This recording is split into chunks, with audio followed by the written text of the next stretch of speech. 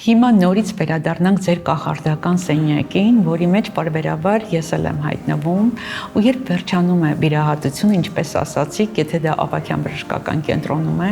ապա դիմաց հրաշալի այգին է, դուք ցույց եք տալիս հենց վիրահատված հիվանդին, ինքը տեսնում է առաջին նստարանը, ամենավերջին նստարանը, ուրախության այդ ճիչերը,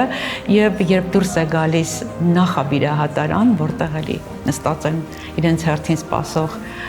պացիենտները, հնչում են բարձր ծափահարությունները։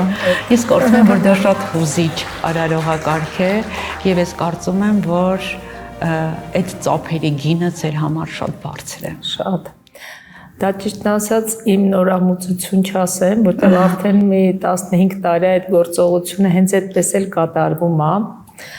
Դա երեխաների համար հոգեբանորեն այսպես ոնց անկերովի մահա անմահությունը այդ խղճերը հուզված են լինում, բայց քանի որ այդ վստահության շրջանը կա, իրանք նստած են, ասենք, իրանք տեսնում են, հա, մեկը մտավ, դուրս եկավ, ողջ առողջ, ուրախ, ժպիտով եւ այսպես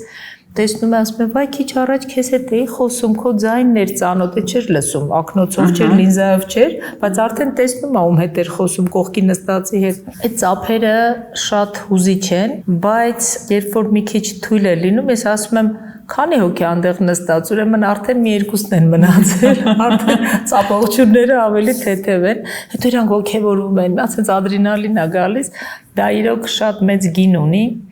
Բայց ես պատերազմից հետո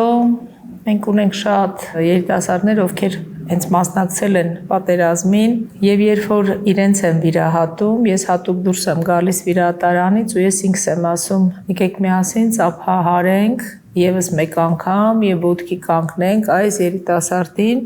ում շնորհիվ մենք այստեղ բոլորս նստած ենք։